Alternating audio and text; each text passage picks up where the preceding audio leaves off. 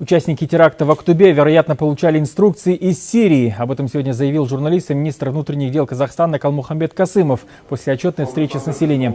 По его словам, организаторы теракта получили аудиообращение с призывом к джихаду от имама, который предположительно был из Сирии. Глава МВД при этом уточнил, что доказать это еще предстоит следствию. Кроме того, Калмухамбет Касымов заявил, что изначально в преступную группировку в Актубе входили 45 человек. Несколько улучшилась ситуация с трудом.